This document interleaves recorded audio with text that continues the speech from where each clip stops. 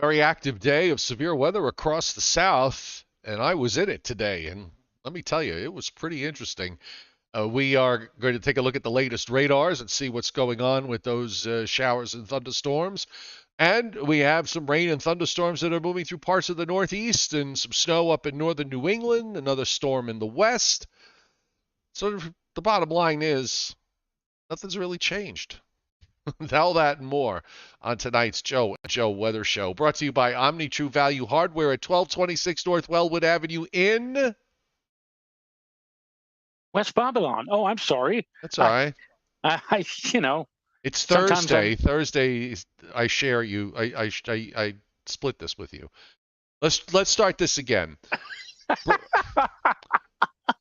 The Joe and Joe Weather Show, brought to you by Omni True Value Hardware at 1226 North Wellwood Avenue in West Babylon, New York, in Southwest Suffolk County, on Long Island, and they are Long Island's largest rock salt dealer, and also source. Largest dealer of Pelado and snow blowers and anything else that you need to get rid of the mythical snow that's out there in this non-winter, and in case any other kind of weather we get knocks your power out. Flashlights, batteries, generators, and pretty soon we'll probably be talking about spring. 631-756-1125 is the telephone number. Nowhere, I dare you to find anywhere, that has better prices than Omni, and the website is OmniTrueValue.com, Joe. And I'm just reading as you were doing the promo here. I was reading the very latest tweet from our dear friend Judah Cohen, which we ought to have him back on. We've only had him on once, but we should have him back because he's been teasing people with the fact that it is going to turn cold eventually. And in his latest tweet, he writes, "It has been a mild January for much of the Northern Hemisphere." Well, there's an understatement. The strongest sign that the pattern is transitioning to colder is predicted warming, positive geopotential heights in the polar stratosphere, the first in 2 winters. And this forecast can be volatile, so it needs to be monitored. Very careful. Well, listen, I'll try again. Maybe if you shoot him an email too, we could have him on for next week. I'd love to have him on again. Yeah, there's a lot there. There's a lot going on. I looked through things today, last night's, the day runs. The GFS in particular, the European not so much, but the GFS in particular, just left me so totally confused, especially as we get further down the road, because there's just so much going on, so many systems running around. I did notice that there is bitter cold air that starts to build in Canada in the latter part of the forecast period, so maybe that's a plus. The European appears a little more consistent, in my view, and we'll get into all of that. So if I said to you in the short range, the answer is no, what would you think the question is? Will we have any shot at snow between now and the 26th of January? Well, all right, that's actually pretty close. But what I'm referring to is the fact that, once upon a time, I might have looked at the NAM model with what it did this afternoon. I don't know if you saw it, but it throws back develops this ocean low, and then it throws the snow back to Long Island and into coastal New Jersey Saturday night and Sunday. There was a time where I would have taken that seriously. I'm not taking it seriously, because a few people have brought it up because everybody gets to see the models these days. So my quick answer is no, not at this stage of the game. But I'd like to see something other than the NAM do it. The NAM used to be a really good tool to use, and over the last year or so, it just has not been a very reliable. Ever since that snowstorm in January of 2016, where the NAM was the only one for days to predict 30 inches of snow for New York, and nobody else, no other model even came close to that. And then it came close to verifying with 27.5 inches of snow. Yeah. Ever since then, there have been a lot of people who have latched on to the NAM. Of course, there's some who don't understand. People sometimes ask like 5 days in advance, "Oh, there's a big storm at the end of the week. What does the NAM show?" And the NAM only goes out to 84 hours. So, yeah, the NAM, sometimes the NAM shows things that doesn't quite add up. And this particular run that you speak of, throwing snow back at us, I'm not sure if I would be ready to believe that. No. Here's another question that the answer is no to. Gary Vesto says, Joe and Joe, serious question. Do you guys know anyone that predicted these couple of months to be all rain for the Northeast, meaning New Jersey? Well, and in as it happens, it's also for more than just New Jersey. The answer to that question is, at least from my standpoint, no. No. Because it's blasphemy. You will be labeled as a heretic. You will be hunted down, stretched at the rack, burned at the stake, and beheaded. If you know what Bugs Bunny cartoon I got that from, I would expect you to know it, Joe Rayo. But yeah, nobody did. Of course, every year it's the same crap from the long range. The long range, some of the long range fiends out there. It's always cold and snowy in the Northeast. It's always cold and snowy in the I-95 corridor from November 1st to April 30th. So those forecasts are a waste of time. I don't even know why people ask about it anymore. You would think after banging your head against the wall winter after winter over these forecasts that are never right, okay, you would think you'd stop asking those questions, but in August, September, and October. So that's why I don't even bother doing long range. I haven't done it in the last 3 years or so. With regards to that, it's just a complete waste of time. And Lindy Lou on the chat board is now asking, well, what do you think the weather will be this summer? Hot. Forget about winter and whatever. But just jump right to summer. Yeah. Well, I took some pictures this afternoon because we had severe weather move through here. Thunderstorms, strong winds. I was in a tornado watch here in Northeast Georgia, and the storms ended maybe about 15 or 20 minutes before sunset. And I'm on the side of a mountain, and I'm going to share. This is what it looked. And I was telling Joe before the show started about these pictures I took. It is everything outside was orange, and if you look, and I'm talking everything. Okay, I thought my glasses were messed up, but you see there's like this orange hue everywhere, Joe. Cara orange. Yes, it was a Cara orange. Here's another view, and you see the sky is there's some breaks in the cloud cover and the clouds behind it, but the light effect was I've never seen anything quite like this. Oh, that's a beautiful shot. It is. Yeah. And you notice, by the way, the leaves are all on the ground. Nobody picks up leaves.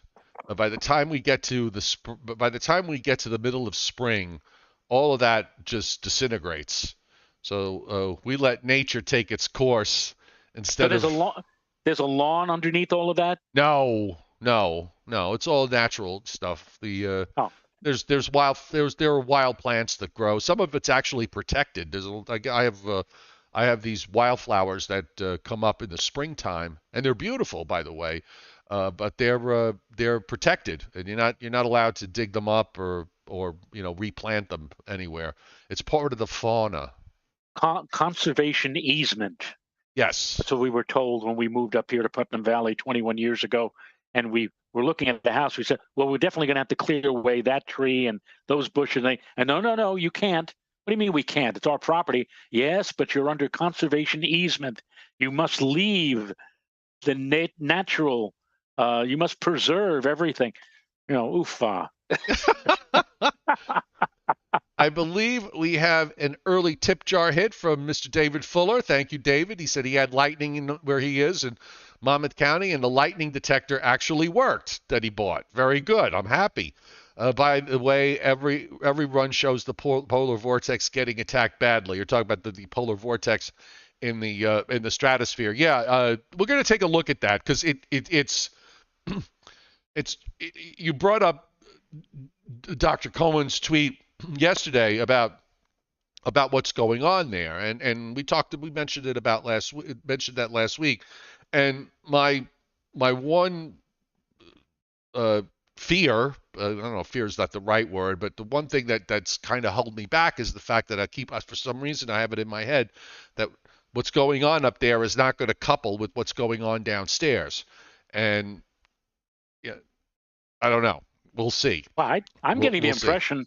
I'm getting the impression now from looking at the 10 millibar northern hemisphere map. Mm-hmm. I'm getting the impression that back in December, when we had all that frigid cold that spilled out of the polar regions and on into our area, that somebody may have left the door open in Siberia. You know, when you're not supposed to leave the freezer door open in your refrigerator for a very long period of time because things start to melt or things start to warm up. Oh, well, you could mess up your compressor. And yeah, but maybe the wintertime compressor, because from what I see, Joe, as we get toward the end of January, of all places, Siberia looks. This is crazy.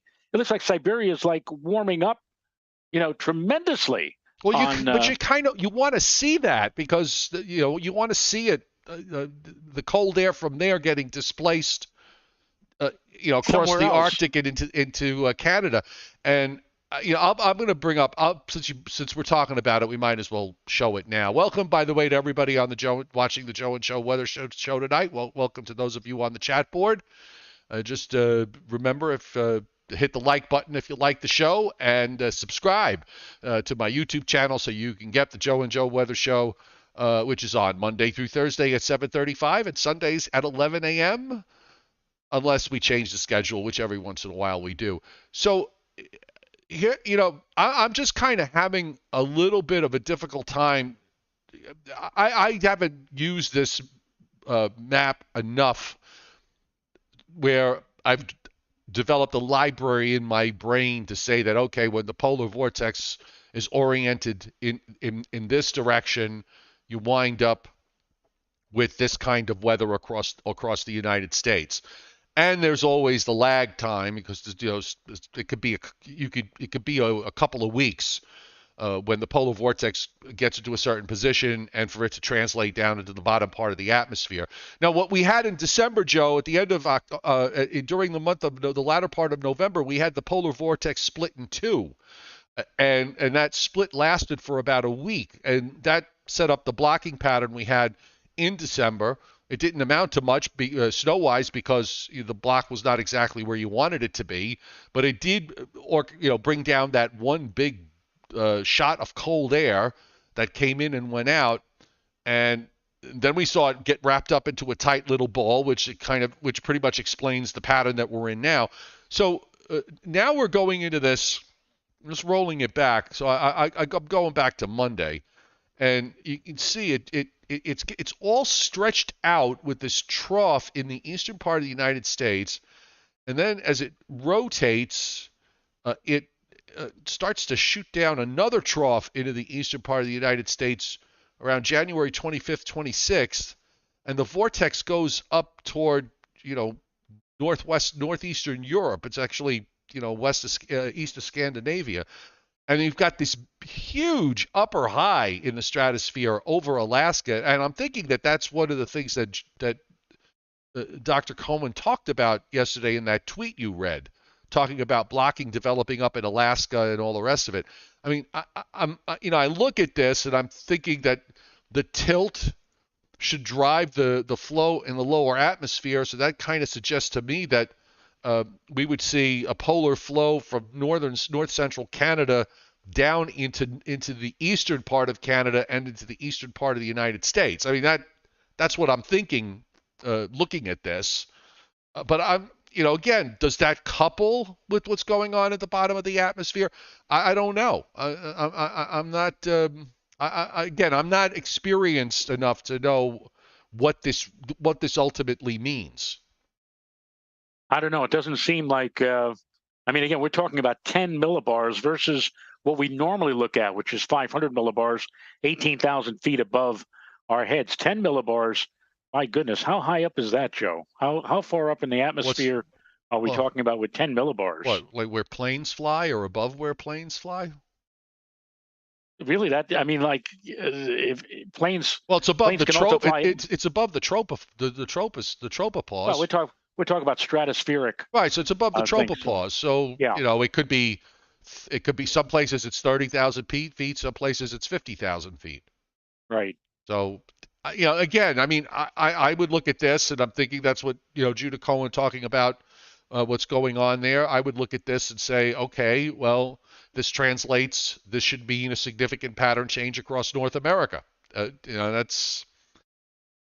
Does it happen? I don't know.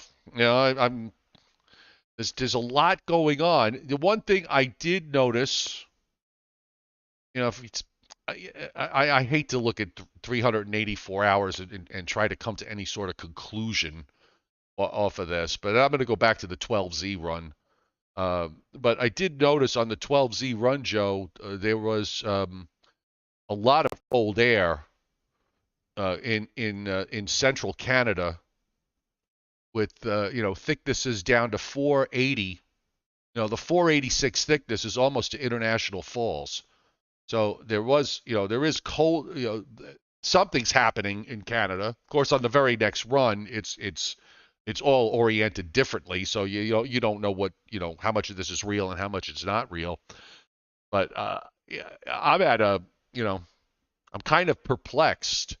But on the other hand, I looked at the European ensembles today, and the European ensembles today, I mean, certainly suggest that the trough in the west goes away. I mean, this is January 21st.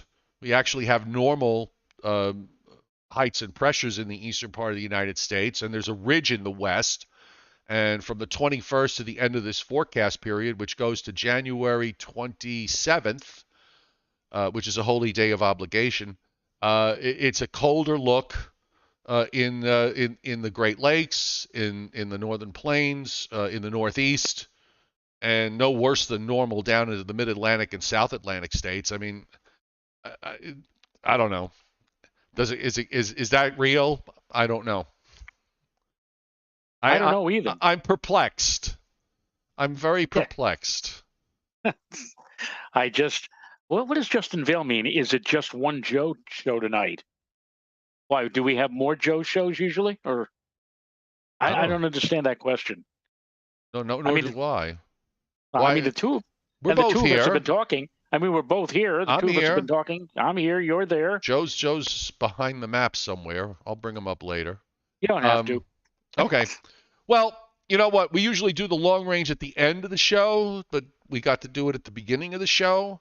So if you're here thinking that we're going to be jumping up and down with certitude about what's going to transpire after next week, I'm sorry to say I cannot oblige that concept. Well, yeah, that's. If you want to give me sharing capabilities, I'll show you what the Climate Prediction Center people are thinking of, and they're not thinking very good thoughts if you are here in the Northeast. Also, I want to bring up the new drought map, which was placed online today for reflecting what has happened the last week. You're all set to go. And all right, so let's first look at the 8 to 10 day temperature outlook. Now, this is interesting, Joe. 8 to 14. 8 to 14 day. What do they say? 8 to 10. Oh, well, 6 to 10 and 8 to 14. What's the date on that? What's the date range? January 20th through January 26th. And it was issued today.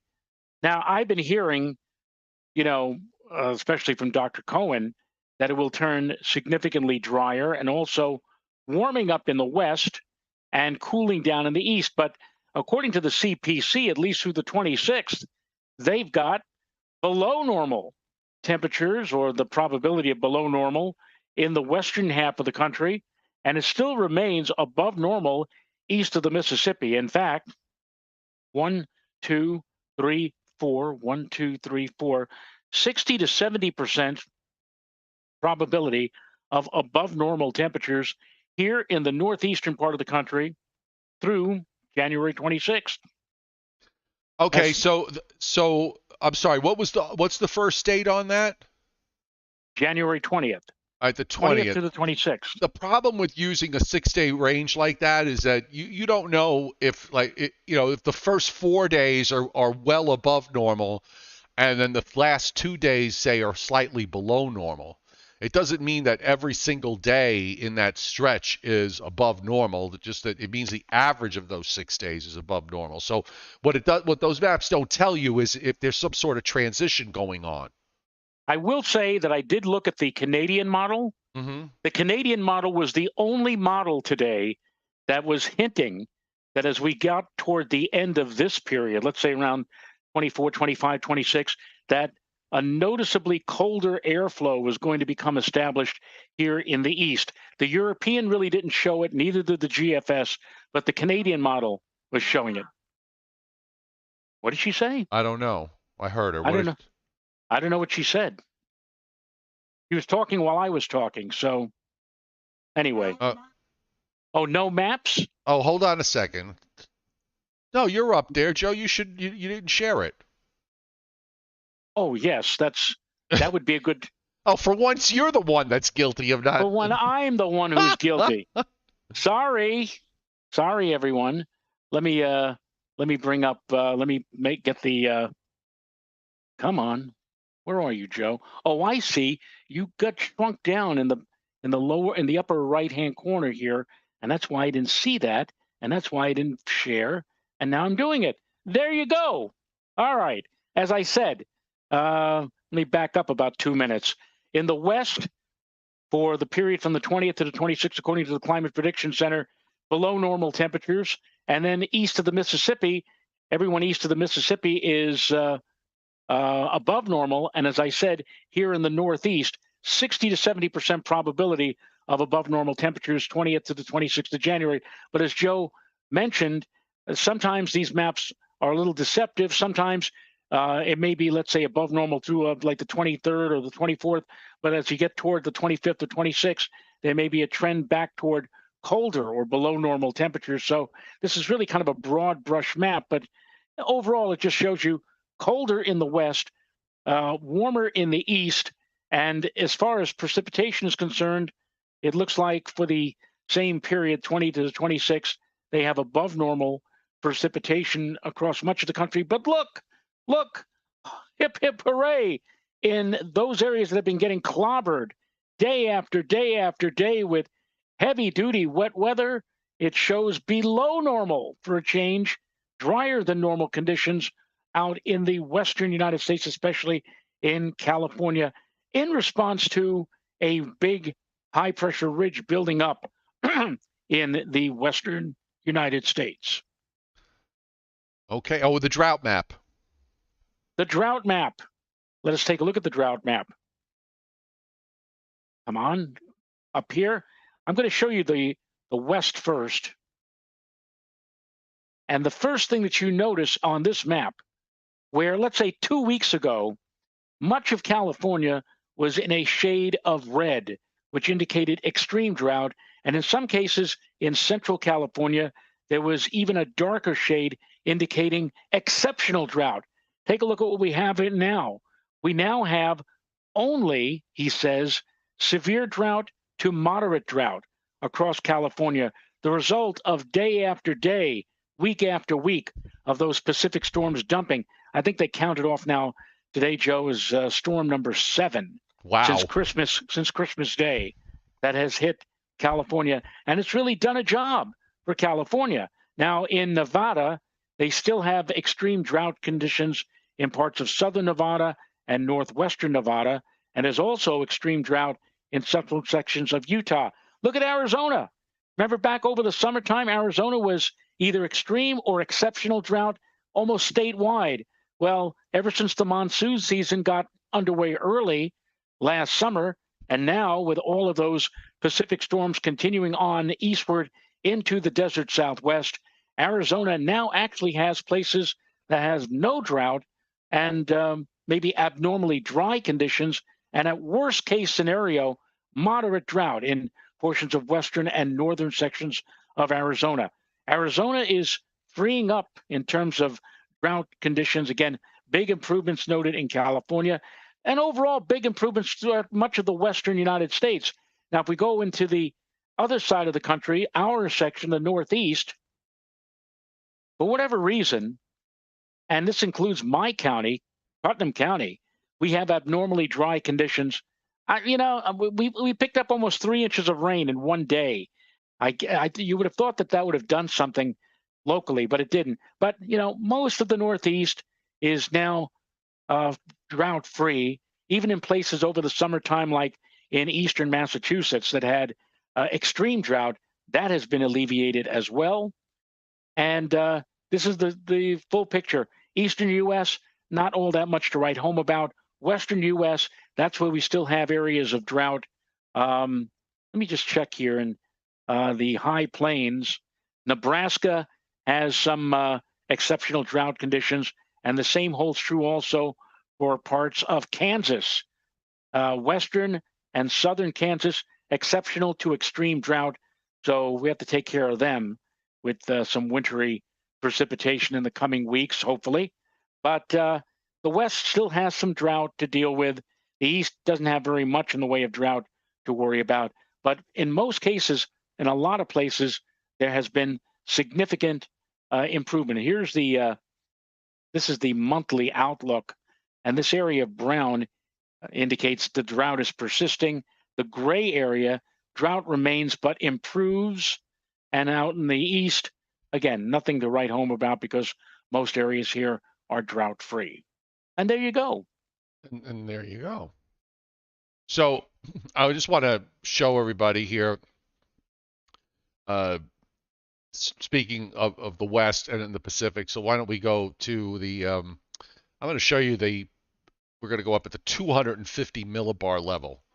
When we showed you the other day about the fire hose. And I wanted to just call attention to this area here, this big jet streak that you see in the Central Pacific and moving into the Eastern Pacific. There's a 984 surface low that is well off the coast of Oregon. There's a 961 low that is sitting just to the west of the westernmost Aleutians. But that jet, and that jet, which is at that level producing winds anywhere from 140 to probably up to about 200 knots. When we switch over to the satellite, which I'm going to do right now, you can see the jet in terms of the clouds there. Look at that. It's almost like somebody just took a paintbrush and just painted the solid white streak there from the left center of the satellite picture, going northeast to south of the Aleutians. That's that jet producing all those clouds that are streaking eastward. And of course, you can see the rotation that's off the coast of Oregon, well off the coast of Oregon in the Gulf of Alaska, just sort of just spinning there, not really doing very much. And another arm of rain that is off the coast. California actually, at the moment, except for the northwest corner from earlier today, most of the states not seeing very much going on, at least from the standpoint of the satellite. Looks like even some clear spots have developed, but it's not going to last because they got the next surge is getting ready to move in. And to the east of that, of course, if you look in the east, you can see the lightning strikes there going on in the Florida Panhandle and in Georgia. From lightning is also lightning. One of our who was it? He was just on the chat board. Let me go back here. In Rockland County, they're reporting. Somebody is reporting lightning and thunder right now. So. Oh yeah. And here's these are the storms that worked through. There was a number of there had been at least a dozen tornado warnings during the course of the day, maybe more. I saw some just south of Atlanta. I saw some video on the newscast, one of the newscasts tonight. I happened to be channel surfing, and they had a video of hail coming down in just south of downtown Atlanta. And Dennis Cassium Dennis Cassia notes on the chat board, just read 6 dead in the Alabama tornado. Yes, they think it might have been an EF4. I think in Selma, Alabama. EF4 in January, folks. Yeah, unbelievable, crazy. And if you look over New Jersey on the last few frames, it started out somewhere in Pennsylvania, but you could see the lightning strikes that showed up from the area that's now moving through the Northeast. So it's a very vigorous system here that we have going on. And here's the latest rate. Well, I'll freshen it up. It was the latest radar when we started the show. You can see there was 1, 2, 3, 4.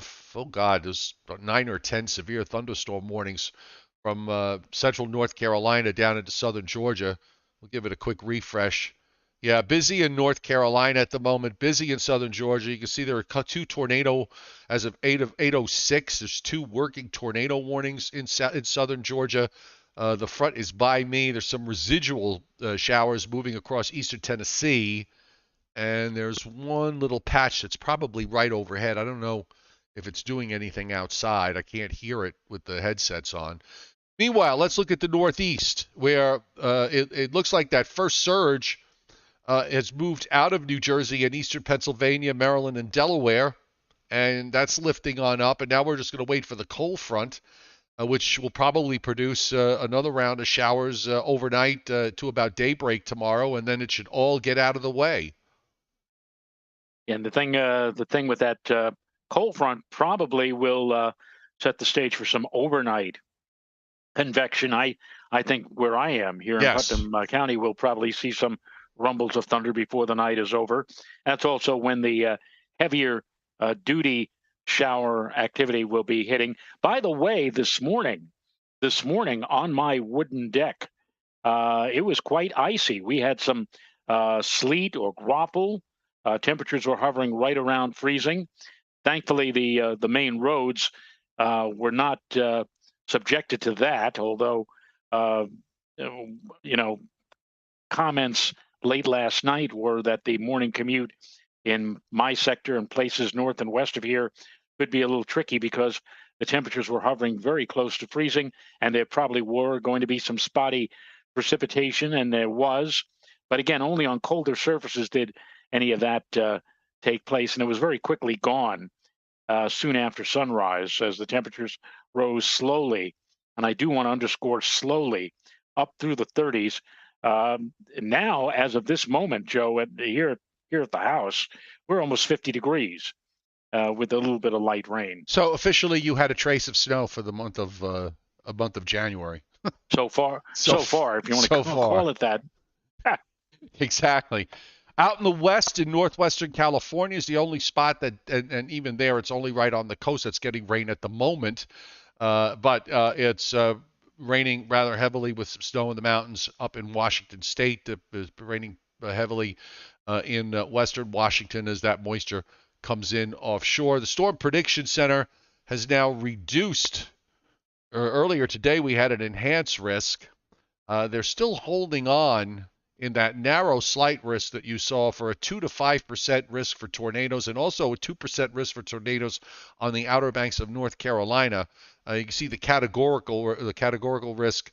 The marginal risk goes all the way up into southeastern Virginia and also back south into the Florida Panhandle. And I think that should be it as far as severe weather risk is concerned.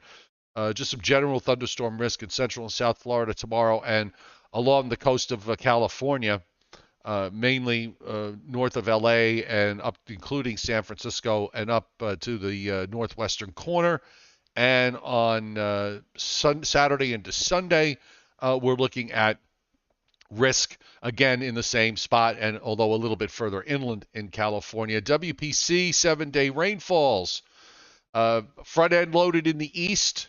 Anywhere from a half an inch to as much as 1.25 inches of liquid precip in Maine, and northern Maine's going to get snow out of this, and also in the Tennessee Valley. Actually, this is the old one. Let me refresh this. And there's your 7-day rainfall. Yeah, the Tennessee Valley and the lower Ohio Valley, 1.5 inches plus there. And we're still seeing the several to many inches up and down the west coast from south of San Diego all the way up the coast to Washington State, where some places being forecast anywhere from 5 to as much as 10 inches, and in the Sierra Nevadas, just put down another 100 inches of snow for them. So anyhow, it just gets comical after a while, I suppose. I'm going to just take this off, and we'll go to the snow map here. This is the earlier one, so I'll give it a refresh, and we'll get the latest update. Just to remind everybody that it's not going to be snowing unless you're in the Western Carolina mountains, where there's a greater than 50%. Actually, there's a narrow a little area there that it's hard to see. Maybe if I go a little closer, you see that little pink area there? That Yes. is an 80% probability of at least 2. And that covers most of the mountains in westernmost North Carolina. I'm in that yellow, which is a 5 to 10% chance of at least 2 at the bottom of that yellow. So I'm going to see some snow here probably tomorrow, late tonight, tomorrow morning, and then on and off tomorrow into tomorrow night. Once, if I wind up with another coating or a bit more, it just adds insult to injury to those areas in the Northeast that still haven't seen anything yet. And out in the West, we are seeing what we've been seeing pretty much every day. So this, by the way, goes till Sunday evening. You see where the high probabilities are in Utah, western Colorado, the northern part of Arizona, the Sierra Nevadas, and then moving up into parts of northwestern California and into interior Oregon. And I'm not even going to bother with the long range. I'm just not going to bother. I figured, let me pull this up. This is the 18Z European. If you're wondering about this coastal low that's going to form on this front, this is Saturday at 4 a.m. You see where the low is. It's at 35.8, almost 35.9 north and about 73 west. And as we loop it, it kind of just does this. There it goes. And it brings a little arm of blue or purple, so that may even be sleet, over Cape Cod. And there's your blue. So if you want snow, get in your car or truck and drive to the Cape if you want to see some snow. And maybe you might get lucky in Boston that you might see a few flakes out of this. But that really is about it. So where are we going in the next 7 days or so? And okay. Let me get the map up here. All right, so there's our low tonight near Pittsburgh, and it's moving right along. It's near Albany by tomorrow morning, and then up in Maine. You see the snow in Maine tonight, the darker blue snows for northern Maine. Then that low pulls away. The upper feature is lagging behind. The upper trough, the reason why we're seeing snow down the Appalachian Mountains, anytime you get a trough that's like this, okay, with those northerly winds in the upper atmosphere, that creates some mountain effect snows down in the central and southern Appalachians. And that's why I'm going to see snow and you're not. The GFS doesn't even do much with this low. You see it there, just tightens it up. Nice little gale center out offshore. Brings a little bit of light blue to Cape Cod come Sunday, and then out. And it also, by the way, Joe, it swings back some moisture back into Maine, and that's actually freezing rain and sleet more than anything else. Now, you know what? If it's freezing rain and sleet in northern Maine and up in northern New Brunswick and in Labrador this time of year, you know the pattern is screwed up. Exactly. You know? Exactly. So, yeah, now that storm actually does help out to weaken the next system that's coming out of the west. You see it there, that 96-ish low in western Illinois, but because that coastal low is still out there south of Nova Scotia Tuesday morning and moving northwestward, that system just basically falls apart. So maybe there might be a couple of showers on Tuesday. Actually, there's a little pink there north of Route 84, and then that goes out. Then here comes the next round of energy in the west that comes crashing in. Now, this might produce significant snows in Colorado, Nebraska, Iowa, Minnesota, Wisconsin, and the northern lakes. I was kind of hoping that maybe there'd be enough blockiness to force it to be a little bit further to the south, but I guess the European did that last night to an extent. The GFS did that a couple of days ago, but it didn't do it today. And then that goes out. And, after that, there's some kind of Gulf flow around the 22nd. The European today, and the GFS does develop a storm off the New Jersey coast. The European had a similar look, but it was colder, which is unusual because usually the European is warmer. It was colder on the European. This was for the 22nd, 23rd.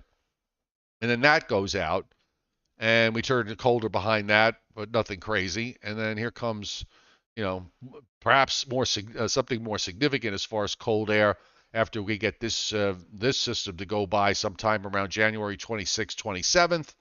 And then, after that, as I said, I'm in a state right now with these models that there's so much going on in the upper atmosphere with respect to what it looks like up there that I have low confidence in what these models are showing from run to run. Well, if you talk about low confidence, back this Sunday, coming up this Sunday, you remember 10 days earlier there was talk on some of the local airwaves that there could be a significant nor'easter. Actually, you know what?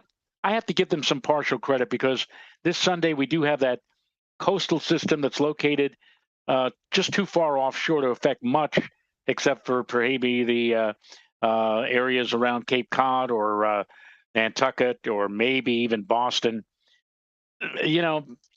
Maybe partial credit because that, I guess, is what they were alluding to 10 days ago. But you never really can put too much weight on any kind of model guidance that you're looking at for 10 days out. As we've noted before, whatever it says 10 days from now, usually when you get to that actual date, rarely does anything remotely resemble what it was indicating 10 days previous. Yeah, and I'm looking here on the long range too. There's just so many systems running around, and that makes this even more volatile. I mean, you got all these short waves and cutoff lows, and some of them go one way, some of them go another way, and I'm just gonna punt for a while. I think that's probably the safest thing to do is just punt. The one positive is at least that the Pacific is different. It is changing out there. We know that's going to happen. Now, how much of that translates across North America remains to be seen. The atmosphere has a lot of work to do here to get us to a point where we're going to have something with regards to winter weather or snow or anything else along those lines. I don't know how much I don't know what else to say, to tell you the truth. In a way, when you talk about the models trying to keep up with things, let's say 10 days in advance, you could almost use as an analogy the I Love Lucy episode where Lucy and Ethel are at the candy conveyor belt. Speed it up a little. And they're so desperate to try to wrap each piece of candy, but they're coming so fast. They're just like, what am I going to do? Just stick it in the mouth, put it in your cap or whatever. And that's basically what's happening here with the models trying to take into account all of these things that are happening at once. It's seemingly over a span of time. It's just it's almost impossible. And right. You needn't take it at face value. Bobby Livingsworth hitting the tip jar tonight. Thank you very much, Bobby Livingsworth. And we're up to 90 likes, so another 10 and we'll have 100. Adam Lowe has already written off next winter. He says we're going to have a moderate to strong El Nino, and that's never good for an East Coast snow lover. So I guess everybody should just come back in 2025. 39. Thank you, David Schwartz. He's given me a number here. 39 tornadoes reported over the last 48 hours. For January, that's impressive. Yes. And it also begs to how warm it is. I mean, not just here, not just in the east, but we've been pointing out there's very little in the way of cold air anywhere in the United States, even in the West.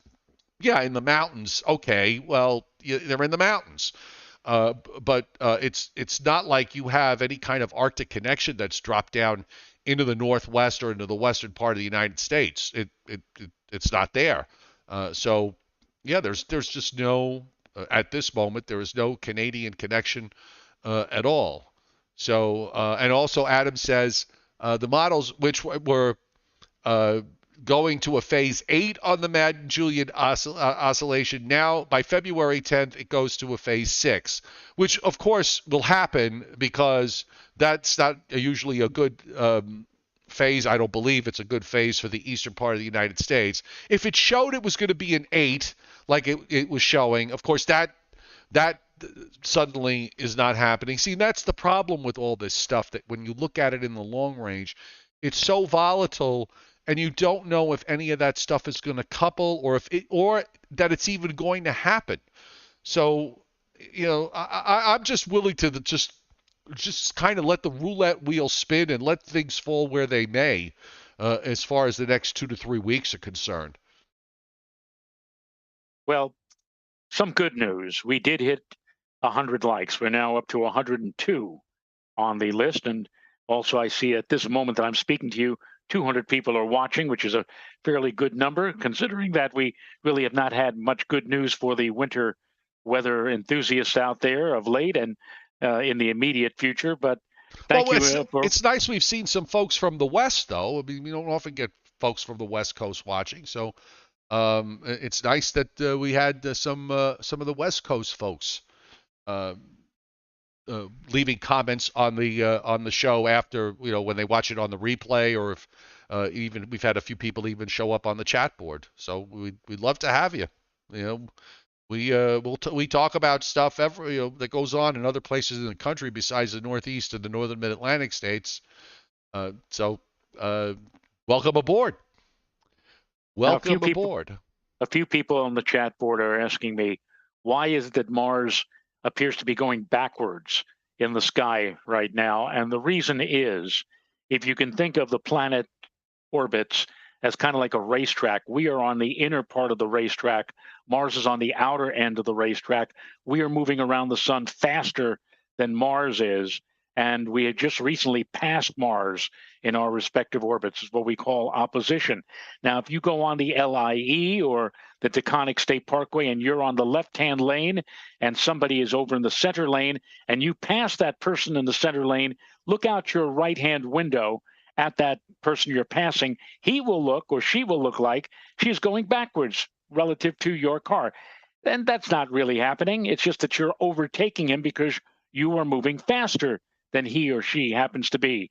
You're in the left lane and passing lane and you're moving faster than the car in the center lane. Same thing with Mars and the Earth. Right now, the Earth, being the faster planet, is passing Mars. So that when we look up into the sky, we see Mars apparently, seemingly, going backwards or to the west, as opposed to where it usually moves to the east. And once we get far enough away from Mars, that backward motion will cancel out, and Mars will once again begin moving on its regular eastern track among the stars and constellations. We call this retrograde motion. And that is why when we pass Mars, Mars goes retrograde and seemingly goes backwards. And that is why that is happening right now. The planet is not moving backwards. It's just an optical illusion. Ta-da! Yeah. But what about what happens when Gemini's in retrograde to Libra? That you'll have to ask your local astrologer. I don't give readings.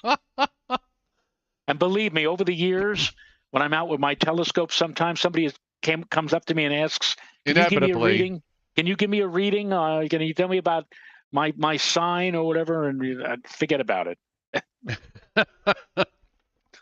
There's no escaping it, Joe. There's no escaping it. Absolutely. All right. You know what? We've had a tough. It's funny. One of the snow removal guys that I do some work for on Sunday, I think it was, asked me. His boss was going up to northern Maine for Friday and for this weekend. He wanted to go snowmobiling, and he goes way up into northern Maine. He wanted to know if that was, it was going to be some snow going on up there. And I swear to God, Joe, I said, you know what? It looks like they're going to get at least 6 to 12. Okay, and I just want to.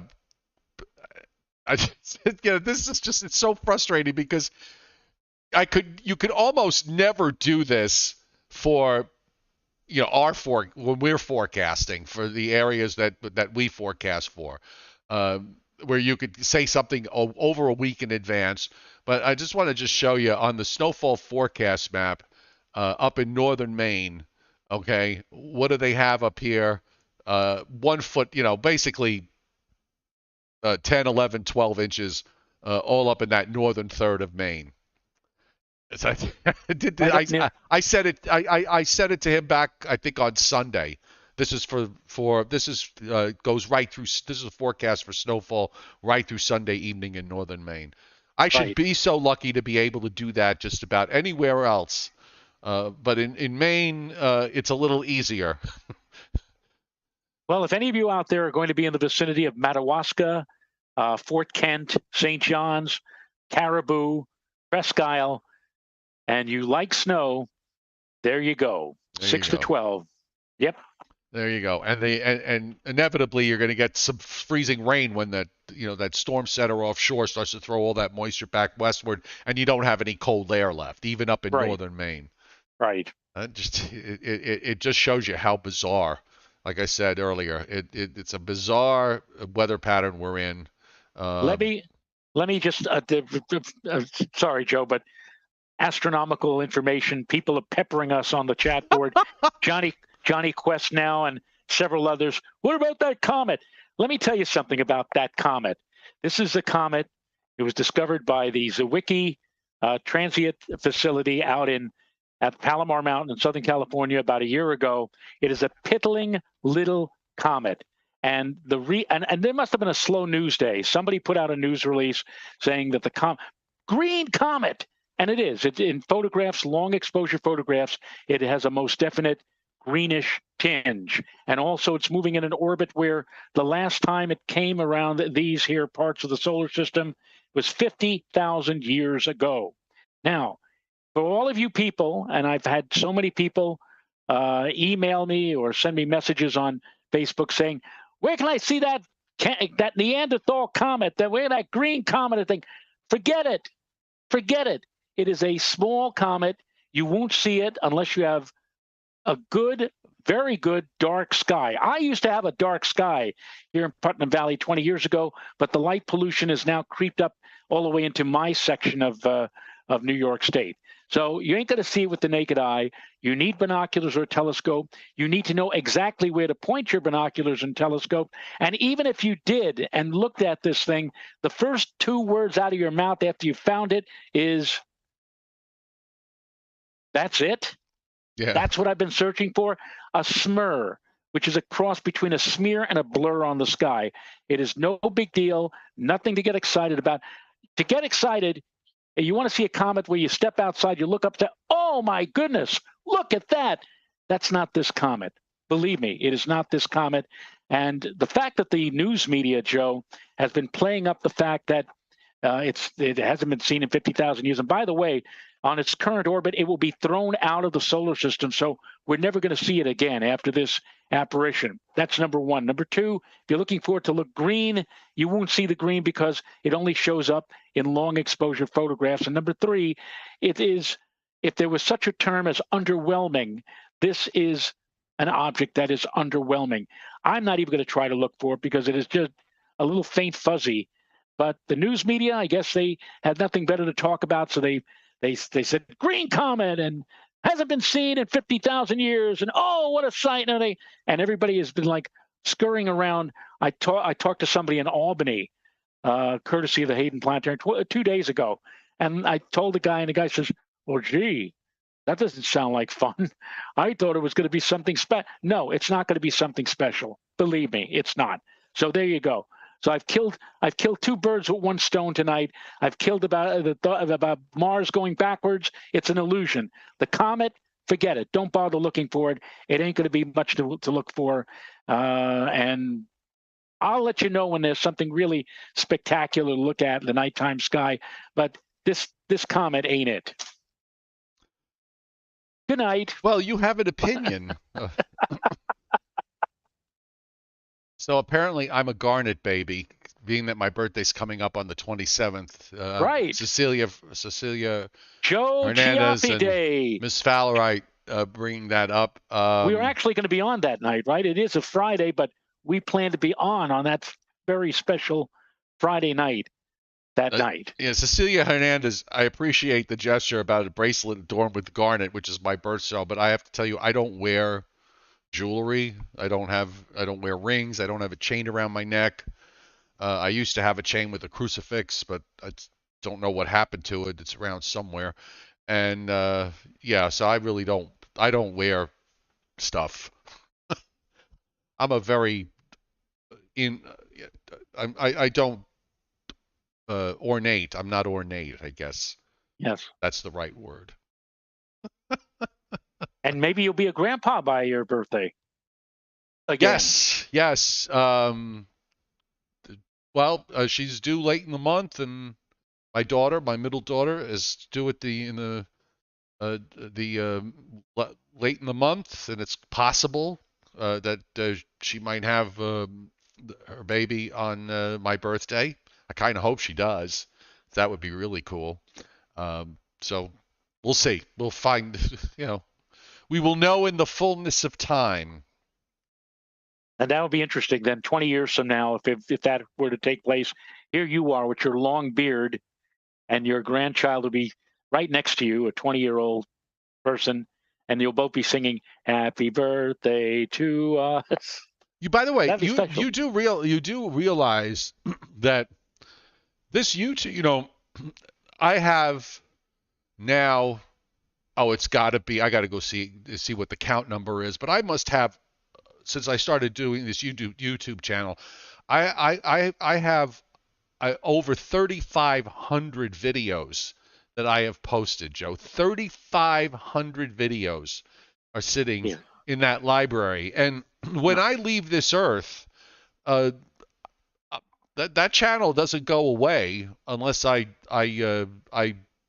do something ahead of time to let them know to shut it down, which I'm not going to do. I'm going to leave it there for posterity. So we will live in, when we're long past this earth, Joe, and gone, our descendants will be watching. Will be watching, and God knows what they'll have to say. We'll be out there in perpetuity, right, so to speak. So this is an opportunity for us to tell our great grandchildren. Hello. Hi, guys. Hello. I don't know what else to say. So anyway, it's a Thursday night.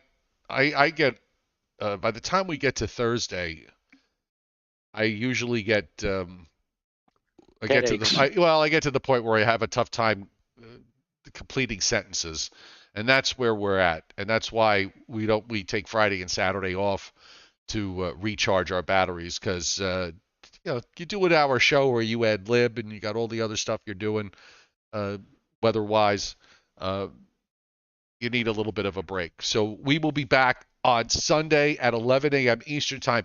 There is an outside chance, Joe, that we might have to push the show back to 7 o'clock. I don't think that will be the case, but there is just a small chance that might happen. Okay. Okay? Now that we're aware of that. All right. And on that note, folks, everybody have a nice weekend. Have a safe weekend. Enjoy yourselves. And come back Sunday morning at 11 a.m. And if I do change the time, because I open up the chat board, I think last Saturday I set it up on Saturday evening. So I'll open up the chat board early, regardless. But you'll see on when you go to the YouTube link, it'll obviously tells you what time the show starts. So if you see it says 7:30 or 7 o'clock or whatever we decide, then you know that we're going to be on late instead of early. But again, it's a small chance that that could happen. So Okay. have a good weekend, Mr. Rayo. Have a good weekend, everybody, and we'll see you then. Bye-bye. Bye.